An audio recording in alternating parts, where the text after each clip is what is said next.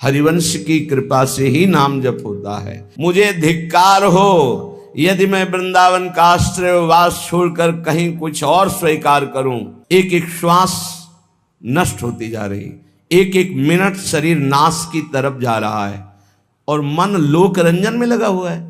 ऐसी स्थिति बना ले, ना कोई अपना ना कोई पराया, निरंतर भजन तो जीवन मुक्त है। कोई भी हो भगवत मार्ग मत छोड़ना, बड़े भाग्य से प्राप्त होता है। ये सब माया के पार्षद हैं। कल एक प्रश्न करता हम कोरी श्रद्धा पे विश्वास नहीं करते, जिसको हमने देखा नहीं उसको हम मानते नहीं। तो तुमने अपने को देखा, तुम समझते हो हम बहुत कार्य करने में प्रवीण हैं।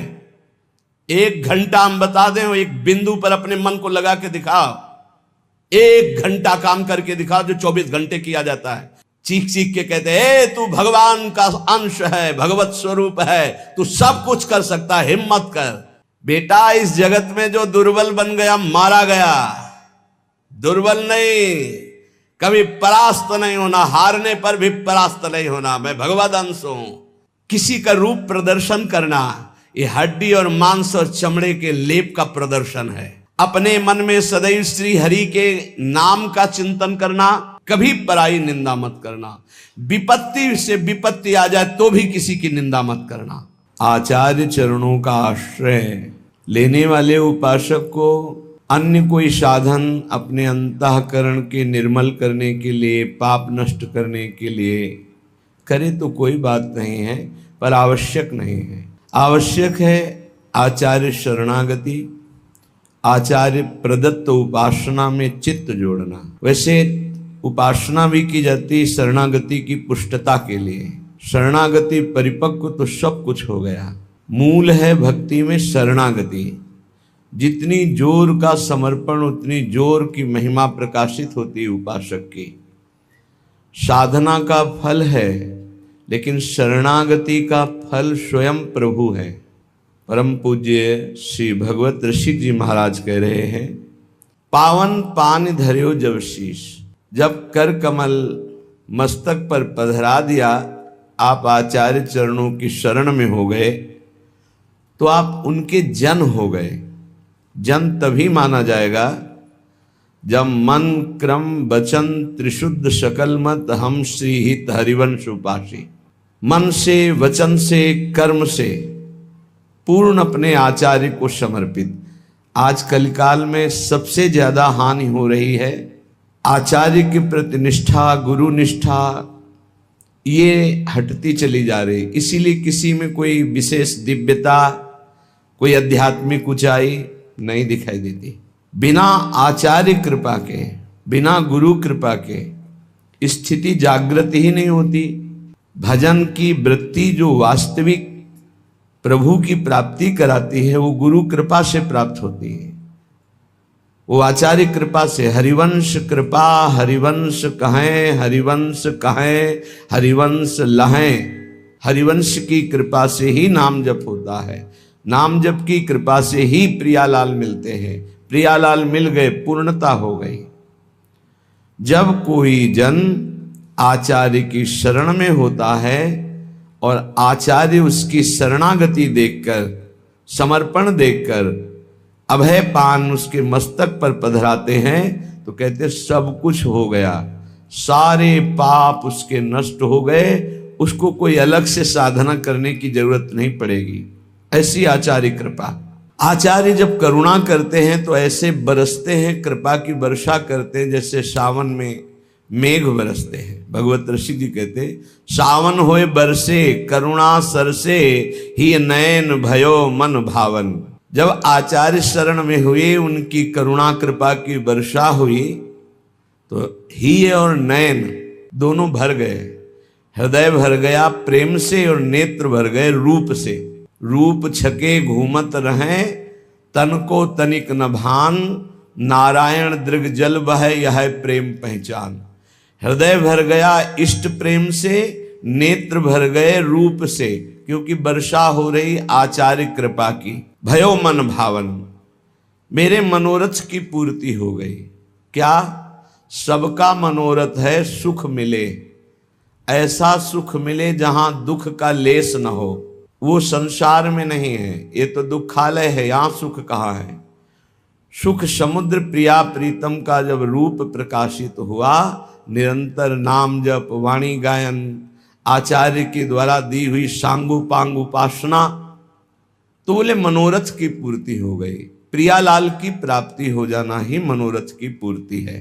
भगवत ऋषि जी कह रहे, सावन होए बरसे करुणा सरसे ही नयन भयो मन भावन। हृदय प्रेम से भर गया, नेत्र रूप से भर गए, मेरे सारे मनोरथ पूर्ण हो गए आचार्य कृपा से। भावन सोबर बेग मिल्यो भ्रम दूर कर्यो तम ताप सिरावन। सब प्रकार के तम माने अज्ञान अंधकार, जितने भी ताप हैं, कामाग्नि क्रोधाग्नि लोभाग्नि, सब ताप दुख देते हैं। जब प्रेम हृदय में प्रकाशित हुआ तो अज्ञान नष्ट हो गया। कोई ये न समझे कि भक्त को ज्ञान नहीं होता। भक्त को जो ज्ञान विशुद्ध होता है वो शास्त्र ज्ञानी को भी नहीं होता है, क्योंकि भक्त का चित्त संसार से हटकर जब चित्त चोर प्रभु में लगता है तो प्रभु ज्ञान के समुद्र, वैराग्य के समुद्र, प्रेम के समुद्र, ऐश्वर्य के समुद्र, रूप के समुद्र, सब कुछ प्रकाशित हो जाता है।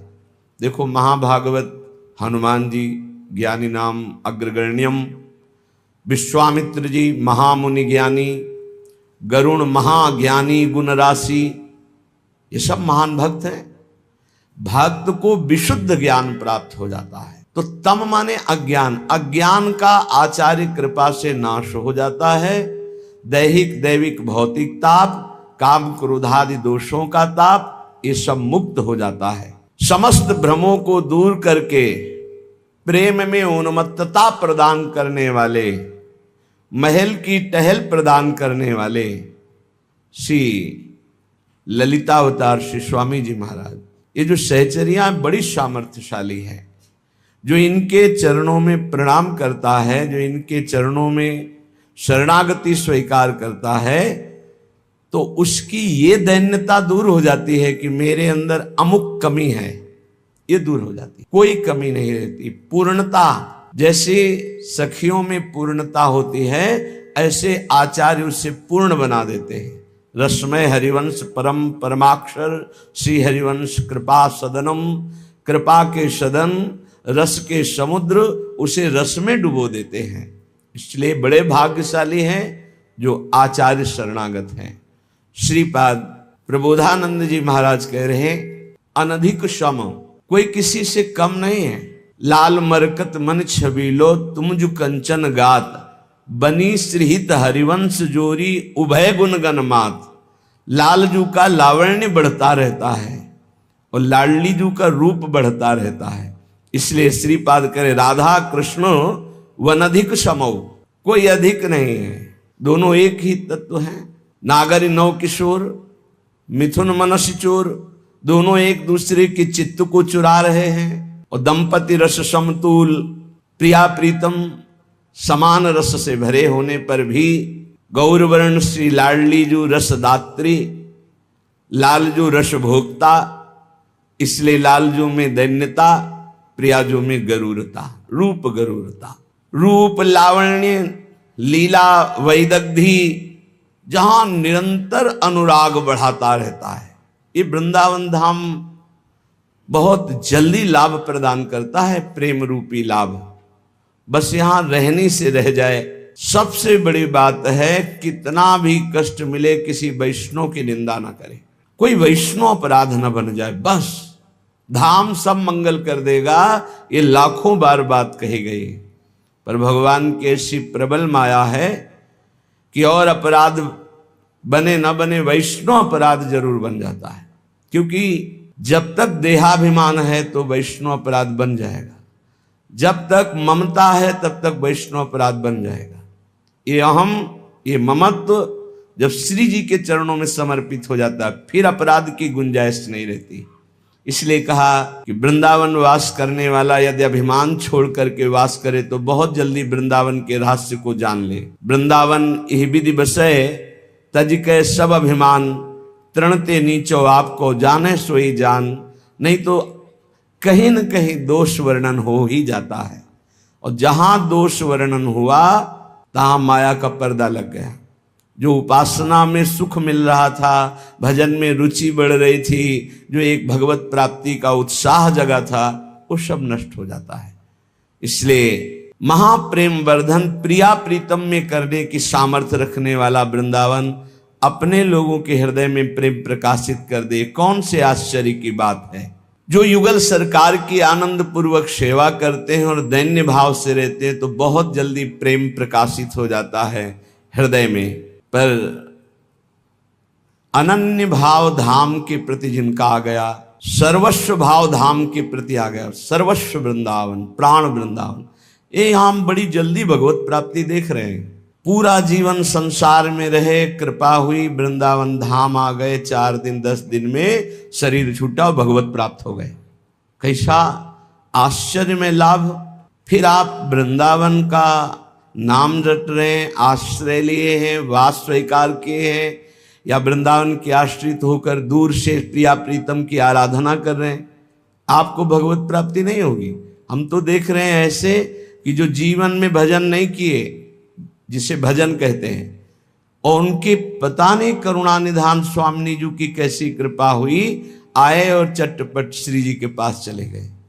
अहेतु की कृपा, अहेतु की कृपा। श्रीपाद कह रहे हैं, बहुत ऊंची निष्ठा की बात, कि हरि चरण प्रेमानंद कदम्बम विडंबयति। अब मेरे लिए विडंबना है हरि चरणारविंद का प्रेमानंद, हरि चरणारविंद का प्रेमानंद मेरे लिए विडंबना है। तुम्हारे लिए क्या है?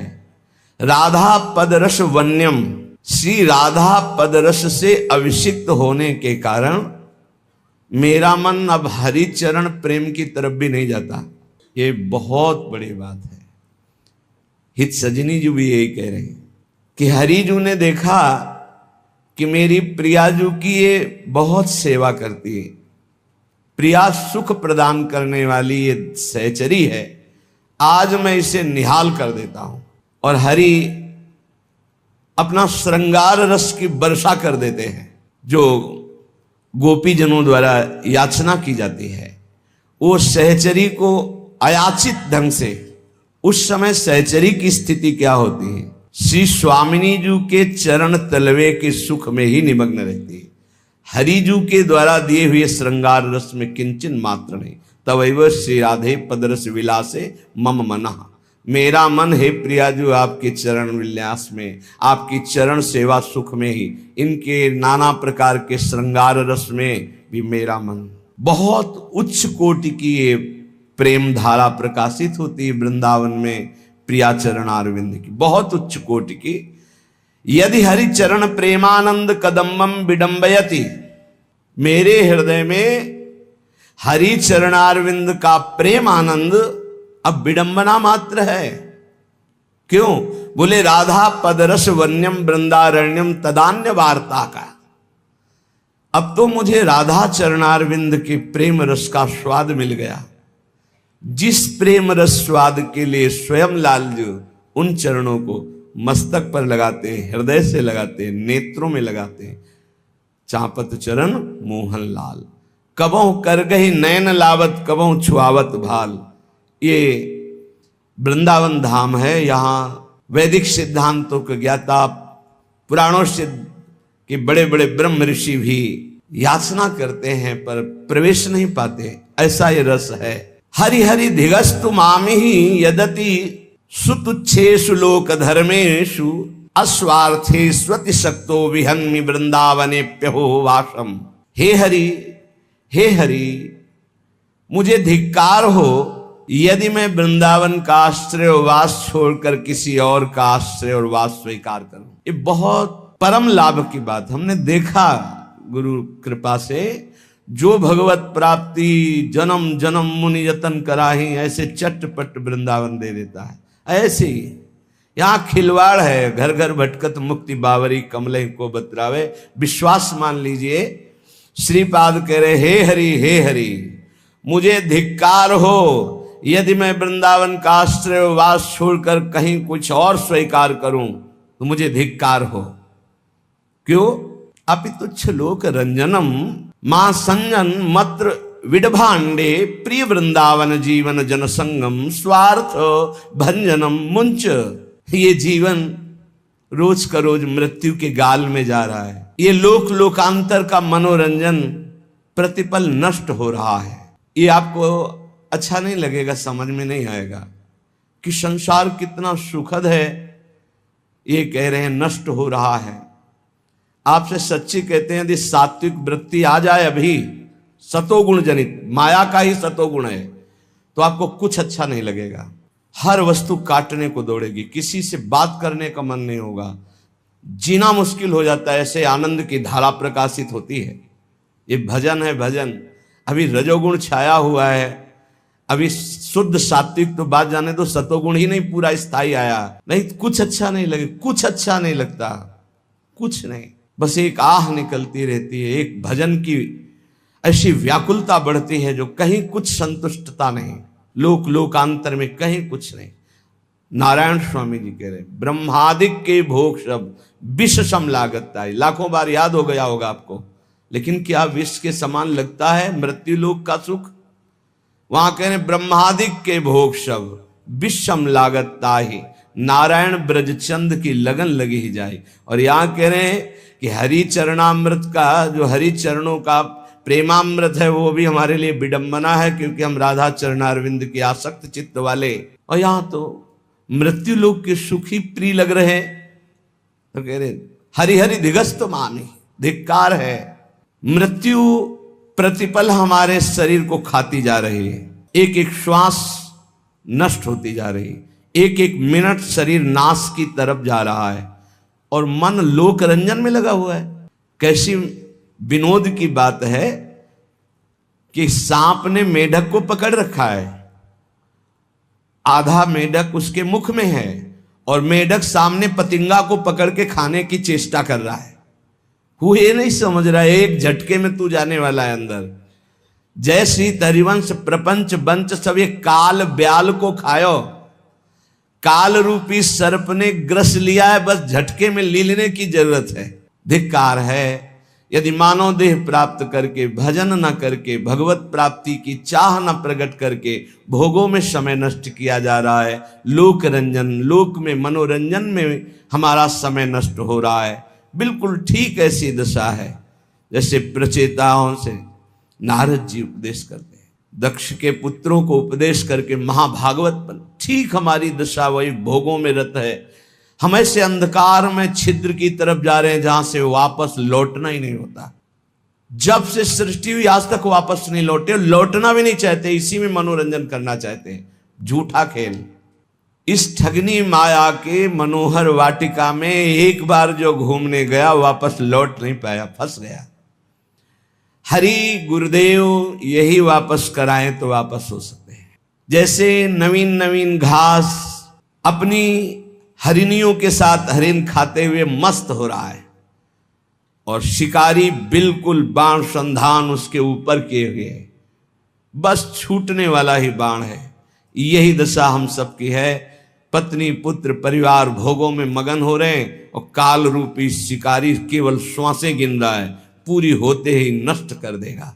इस विष्ठा पात्र मां संजन मत्र विडभांडे, इस विष्ठा पात्र शरीर को मैं मानकर अपने परम स्वार्थ का नाश कर रहा है। इसलिए समस्त संगों का त्याग करके असंग होकर निरंतर भगवदाकार चिंतन में रहो, भगवत वृत्ति धारण करो। मान लो श्रीपाद कह रहे यदि इस जन्म में ऐसा नहीं किया तो बहुत पछताना पड़ेगा। बस दिन जा रहे हैं, दिन जा रहे हैं। रोज 2-4 बार दिन में ऐसी तैयारी होती है, जाना है श्री जी के पास जाना है। हमें प्रतिपल ऐसी तैयारी में रहना है जैसे किसी को विदेश जाना है, अभी मकान भी बेच देते हैं, खेती भी बेच देते हैं, अब तो यहाँ रहना नहीं, जाना है। ऐसे ही अभी क्या समर्पण में कमी रह गई, कुछ अपना तो नहीं रह गया है, कहीं किसी का कर्जा तो नहीं है, कुछ देना तो नहीं है, कुछ लेना तो नहीं है, बिल्कुल फाइन, रोज का रोज बराबर, पता नहीं कब चलना हो। इसलिए बिल्कुल तैयारी रखो, ना किसी से द्वेष, ना किसी से राग।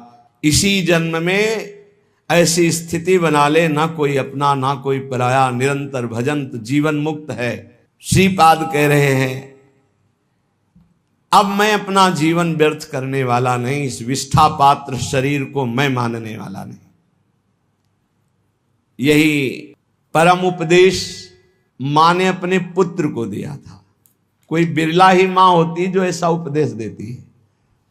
जब बालक हुआ मदालशा जी के और वो थोड़ा विवेक, तो छोटी सी बात में जैसे रो देना, तो उन्होंने कहा क्यों रोता है रे? शुद्धो सिरे तात नतेस्ति नामो, बहुत सुंदर। कृतम हिते कल्पनयाधुनैव पंचात्मकम देहमिदं न तेस्ति नैवाश्रुतम रोदसी कश्य हेतो। बेटा धन्य है ऐसी मां जो अपने बेटे को ऐसा उपदेश करे, नहीं तो कितने ऐसे नौजवान भाई जो सत्संग सुनकर उत्साह में भरकर विषयों का त्याग करके घर गृहस्थी में ही रहकर भजन करना चाहते, पूरा परिवार उनका विरोध करने लगा। कैसा परिवार है? नरकगामी बनाने के लिए उत्साहित हो और अपने बेटे को परम पद में, सबसे ऊंचे पद में बैठने के लिए जब वो तैयारी कर रहा है तो तुम उसे गिरा रहे हो। तुम माँ हो, पिता हो, सुहृद हो या दुश्मन हो। जाके प्रिय न राम वैदेही तजिए ताहे कोटि बैरी सम जद्यप परम सनेही। कोई भी हो भगवत मार्ग मत छोड़ना, बड़े भाग्य से प्राप्त होता है। ये सब माया के पार्षद हैं जो मना करते हैं कि भजन न करो, पाठ न करो, सेवा न करो। देखो असत क्रियाओं को मना नहीं करते, गंदी क्रियाओं को मना नहीं करते, भगवत क्रियाओं को मना करते। और धन्य है माता मदालशा जिन्होंने कहा क्यों रोता है? तू शुद्धोस रेता नतेस्ति नाम। बेटा तू शुद्ध आत्मा है, तेरा ये कोई नाम नहीं है, शरीर का नाम है। तू कल्पित नाम से युक्त पुकारा जा रहा है, तेरा नाम नहीं है, तेरा ये शरीर नहीं है। इस शरीर पंचभूतों का ढांचा है, तू शरीर नहीं है। ना ये तेरा है ना तू इसका है। बेटा किस लिए रो रहा है? शुद्धोस रे तात नेतेस्ते नाम, तेरा नाम नहीं है। कृतम हिते कल्पना युधा नहीं। ये कल्पना है, कल्पना तूने कामनाएं की, उसी की वजह से तू शरीर में फंस गया। तू शरीर नहीं है, पक्की बात। कल एक नवयुवक भाई कह रहे थे कि हमें बड़ा संशय है, आप प्रमाणित कीजिए विज्ञान और अध्यात्म को एक करके। आज हम आधुनिक पढ़ाई पढ़ने वाले लोग हैं, हम कोरी श्रद्धा में नहीं फंसने वाले। प्रमाणित कीजिए आप कि आपका अध्यात्म सत्य है। कैसे प्रमाणित करें? विज्ञान केवल स्थूल को जानने वाला है, वो भी बहुत प्रवीण विज्ञान में जो है। केवल स्थूल जगत, इसके आगे नहीं। स्थूल जगत, स्थूल शरीर सूक्ष्म में प्रवेश ही नहीं है। और अध्यात्म सूक्ष्म के आगे कारण से भी परे है। विज्ञान क्या जानेगा? क्या जानेगा? विज्ञान केवल स्थूल जगत, स्थूल ढांचा, इसी का केवल विज्ञान है और कोई विज्ञान नहीं। हमें बता दीजिएगा। स्थूल जगत, स्थूल ढांचा, इतना ही विज्ञान है। कोई यंत्र तैयार हुआ आज तक विश्व ब्रह्मांड में जो सूक्ष्म शरीर को दिखा सके, जो कारण शरीर का अनुभव करा सके? फिर आत्म तत्व तो ये बहुत ही स्थूल जगत। जैसे कहा जाता है कि चंद्र लोक गए, मिथ्या। एक सीमा है, इसके बाद अंतरिक्ष है, इसके बाद स्वर्गलोक है। स्वर्गलोक में सबसे ऊंचाई पर चंद्रलोक है, जहां सूर्य से भी कई हजार योजन ऊपर, और सूर्य तक पहुंच जाए कोई तो राख के सिवा कुछ नहीं हो सकता। अब वहां कैसे जाना कि चंद्रलोक है? वहां कोई मिला था क्या कि मैं चंद्रलोक वासी हूं? एक सीमा है जहां तक पहुंचा जा सकता है यंत्रों के द्वारा। फिर सिद्धावस्था के द्वारा गति होती, यंत्रों की गति नहीं होती। पांच भौतिक शरीरधारी की गति नहीं हो सकती। वहां सिद्धावस्था, सूक्ष्म शरीर, देव शरीर से प्रवेश होता है। एक सीमा है, जिस सीमा में जाके आप बोल सकते हो, चंद्रलोक बोल सकते हो, कुछ भी बोल सकते हो। वो आपकी कल्पना है। आकाश के ऊपर जो स्वर्ग महालोक, जनलोक, तपलोक, सत्यलोक, इन लोकों में सिद्धावस्था को प्राप्त महापुरुष पहुंचते हैं। स्थूल, जितना स्थूल यंत्र से स्थूल तक की, जहां स्थूल की सीमा समाप्त, वहां सिद्धावस्था में प्राप्त सूक्ष्म देहधारी महापुरुष जा सकते हैं, स्थूल शरीरधारी। आज भी त्रिशंकु लटके हुए हैं बीच में। विज्ञान, जितने अस्त्र का निर्माण हो रहा है वो हमारे शास्त्रों में लिखे हुए हैं। कोई भी क्रिया जिसे ऑपरेशन कहा जाता है वो शल्य क्रिया शास्त्रों में लिखी हुई है। शल्य क्रिया, क्या बिजली आज बनी है क्या? ये विद्युत प्रवाह तो कब से चला आ रहा है। जहां आपस में जल का घर्षण होता तो आकाश से बिजली नहीं गिरती क्या? तो विज्ञान बनाता कहां से है? हमारे शास्त्रों से ही तो। लेकिन स्थूल मात्र को, सूक्ष्म को नहीं, ना बना पाया है ना बना पाएगा। अरे बोले विज्ञान ने हवाई जहाज बना दिए, तो पेट्रोल वाले बनाए ना, डीजल पेट्रोल, ये पढ़ते होंगे ना। ऐसे विमानों का ब्रह्म ऋषियों ने निर्माण किया जिसमें न ड्राइवर की जरूरत है, न पेट्रोल डीजल की जरूरत है। ए पुष्पक चलो अयोध्या, चल गया। पुष्पक रुक जाओ, पुष्पक रुक गया। और ऐसे एक विमान नहीं, असंख्यों विमान देवलोक में हैं, पर पहुंच नहीं। कोई ललकारे ना अध्यात्म को। जहां से भौतिकवाद समाप्त होता है वहां से अध्यात्म प्रारंभ होता है। जहां विज्ञान हाथ खड़ा कर देता है वहां से प्रारंभ होता है अध्यात्म। अध्यात्म को कैसे है? इसलिए पुत्र तू रो मत, तू शुद्ध आत्मा है। बहुत भी जब आके ज्यादा छाटने लगते ज्ञान विज्ञान ना, तब सीधी बात होती कि 3.5 हाथ के शरीर में रहते हुए कितने साल हो गए तुम्हें? बोले 40 साल। 40 साल में 1 सेकंड भी अपने से मिले हो? कल एक प्रश्न करते, हम कोई श्रद्धा पे विश्वास नहीं करते, जिसको हमने देखा नहीं उसको हम मानते नहीं। तो तुमने अपने को देखा अपने को? अब चुप, मानते हो ना तुम हो? हाँ, कौन हो? पता नहीं। इतने मूर्ख हो कि तुम्हें अपना पता नहीं, तो तुम तत्व को क्या जान जाओगे? भगवान को क्या जान जाओगे? अध्यात्म को क्या जान जाओगे? ये खिलवाड़ नहीं है। अध्यात्म को खिलवाड़ मत समझो। ये जो भगवत मार्ग के पथिक हैं इनको ऐसा मत समझो कि ये सांसारिक रहस्य को ना जानने वाले, ये क्रियाओं के कर्ता ना हो करके बैठ करके मांगते खाते पड़े रहते। नहीं, जहां तुम्हारी सोच नहीं वहां हर समय स्थिति रहती है। जो वास्तविक भगवान के मार्ग में चलते हैं, तुम समझते हो हम बहुत कार्य करने में प्रवीण हैं। 1 घंटा हम बता दें, एक बिंदु पर अपने मन को लगा के दिखाओ। 1 घंटा काम करके दिखाओ जो 24 घंटे किया जाता है। जो संत महात्मा 24 घंटे कार्य करते हैं, तुम 1 घंटा करके दिखाओ। क्या? सर्वस्व भूल करके, देह भाव को भी भूल कर एकमात्र सच्चिदानंद में हाहाकार मचा देगा। मन हाहाकार मचा देगा। हाँ, इसे लगा सकते हो 1 घंटा टीवी चला के हाथ में माला लेके, 1 घंटा देह भाव का विस्मरण करके परमात्मा तत्व में स्थित होना। मजाक समझा जाता है, अध्यात्म को अभी समझा नहीं। शुद्धो सिरे तात न तेस्ते नाम। जो पहले भी था वही मध्य में था, वही अब है, वही रहेगा। उसका ना कोई नाम है, ना कोई रूप है, ना कोई भेष है। वो कौन है? बोले शुद्धो सिरे तात न तेस्ते नाम कृतम हिते कल्पन याधुनैव पंचात्मकम देहमिदम न तेस्ति नैवास्य तुम रोदसी कस्य हेतु। बेटा तू क्यों रो रहा है? तो शुद्ध बुद्ध परमात्मा अंश है, परमात्मा स्वरूप है। ये 5 भौतिक देह तेरा नाम नहीं है। ना तू देह है, ना ये तेरा देह है, ना देह का नाम तेरा है। किसके लिए रो रहा है? धन्य है माता ऐसी जो अपने पुत्र को शुद्ध ब्रह्म ज्ञान का उपदेश दिया। नवा भवान रोदिति वै स्वजन्मा शब्दो यमासाद्य महिष सूनुम विकल्पमाना विविधा गुणास्ते गुणाश्च बहुता सकलेन्द्रियेषु। तात तू समझ, ये रोना भी क्रिया तेरे में नहीं हो रही। तू आनंद स्वरूप है, तेरे में रोना कभी हो ही नहीं सकता।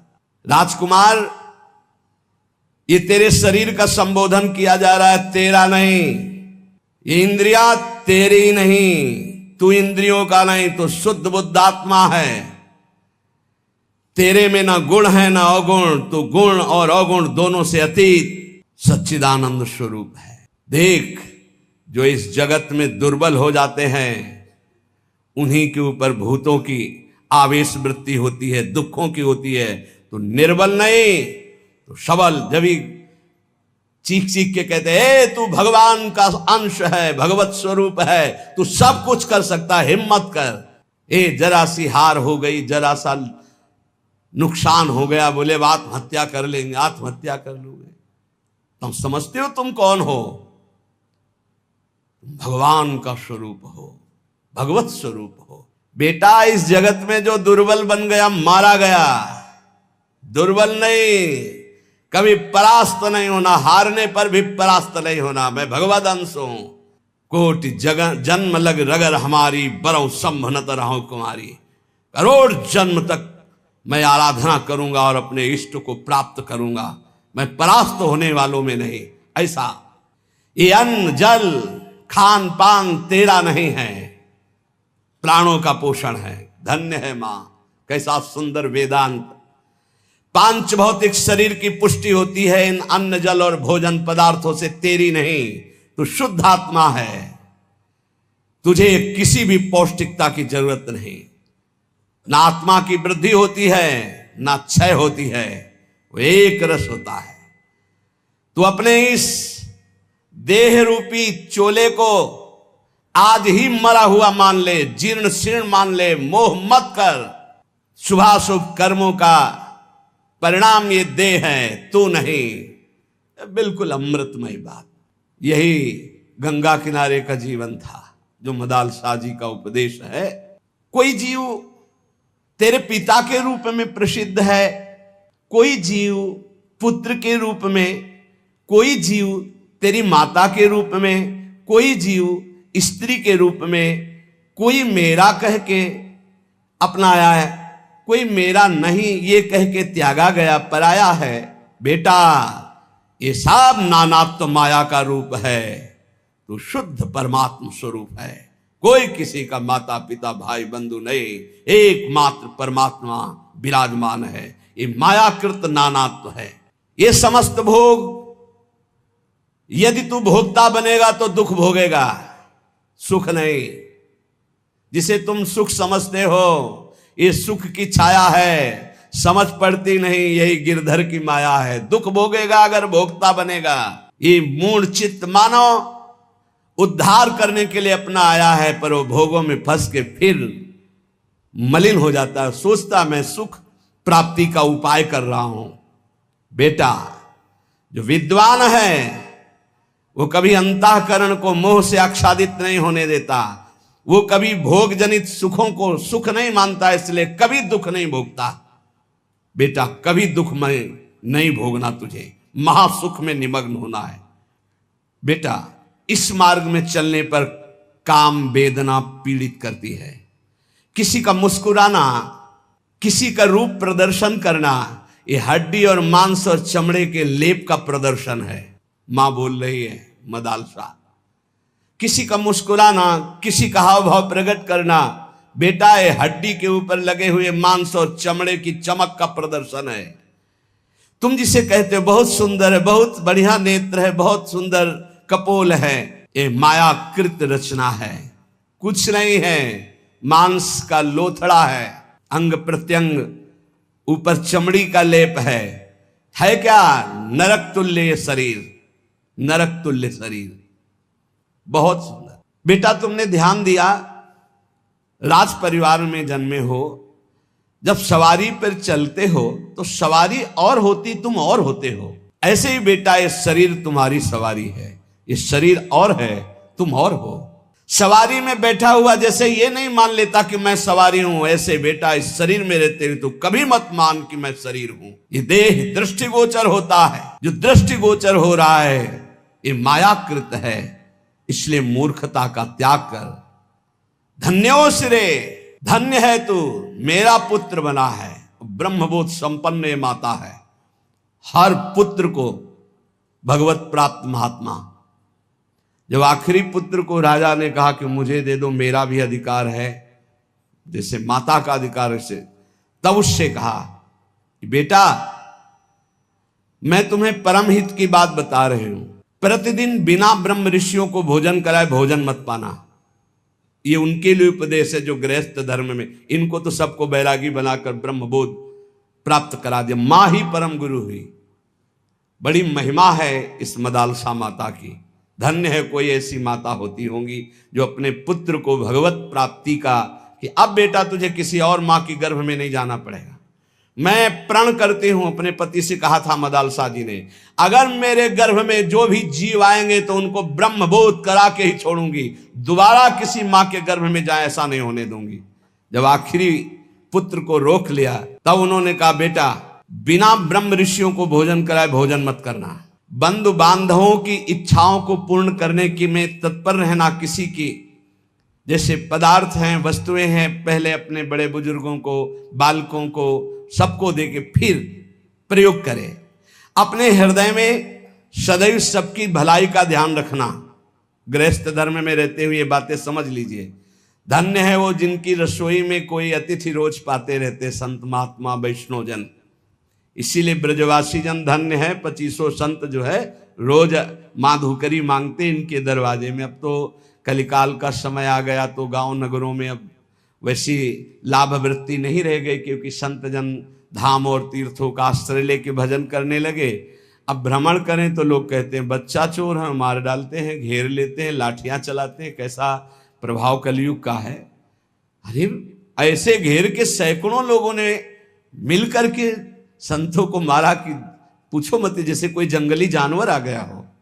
अरे भाई, यदि तुम्हें लगा कि ये चोर है या ये अमुक है तो तुम्हें बंदी बना लेना चाहिए, कमरे में बंद कर देते, दिन में आप जांच करते। तुम इतने लोग थे, ऐसे कैसे मार दे। तो आजकल भ्रमण का भी समय नहीं रह गया। नहीं तो पहले सब नगर गांवों को सौभाग्य मिलता था, दंडी सन्यासी वैष्णव जन जा जाकर के भिक्षान्न पाते, उनकी बुद्धि शुद्ध होती। अब वो भी नहीं सौभाग्य गृहस्थों को रह गया। कहीं कहीं ऐसा सौभाग्य जो सदैव अपनी रसोई में बने हुए अन्न को गौग्रास निकालता है, पक्षियों के लिए निकालता है, अतिथि को भोजन कराता है, उसकी गृहस्थी पावन हो जाती है, गृहस्थ धर्म उसका पावन हो जाता है। अपने मन में सदैव श्री हरि के नाम का चिंतन करना, उनके ध्यान में रहना, काम क्रोधादि इच्छाओं शत्रुओं को गृहस्थी में रहते हुए जीत लेना, और माया का आवरण तुम्हें ढक न पाए इसलिए सावधान रहना। जो धन के लिए धर्म का आश्रय लेता है, धन के लिए धर्म का आश्रय लेता है, उसका धन उसके परिवार की उन्नति कराता है। जो धन अधर्म से कमाता है उसके परिवार का पतन हो जाता है, नाश हो जाता है। धन का प्रयोग सदैव दूसरों के सुख के लिए उतना पर्याप्त है जितना अन्न पेट में चला जाए, वस्त्र, और बकाया परिवार की सेवा, राष्ट्र की सेवा, अन्य जनों को जिनको आवश्यक है उनकी सेवा। ये कमाने के लिए भेजे गए हो, ये ज्यादा जमा करने के चक्कर में मत पड़े, नहीं जमे रहेगा, वो जमे रहेगा, दूसरे ही उसका प्रयोग करेगा। आप तो ना सुकृत कर पाए, सद्व्यय कर पाए, और ना उसका भोग कर पाए, व्यर्थ में आपका गया। गांव में तो कई ऐसे मकान खुदाई पर मिलते थे कि दीवार मोटी मोटी होती थी, उनमें कलसे में रुपए रखे मिलते थे। अब बोलो एक एक सिक्का जोड़कर मर गए, ना धर्म किया, ना स्वयं भोग किया, और जमा ऐसे पड़ा रहा। इसलिए बेटा धर्म का आश्रय लेकर धन कमाना और उस धन का सद्व्यय करना, सत्पुरुषों की सेवा में, सद्व्यवहार में। कभी पराई निंदा मत करना, ये मदालसा माता के, कभी पराई निंदा मत करना। विपत्ति से विपत्ति आ जाए तो भी किसी की निंदा मत करना। अगर कोई विपत्ति में पड़ा हो तो दौड़ करके उसका सहयोग करना। इस तरह तू आचरण करेगा तो तू भगवत प्राप्त हो ही जाएगा गृहस्थी में रहते हुए।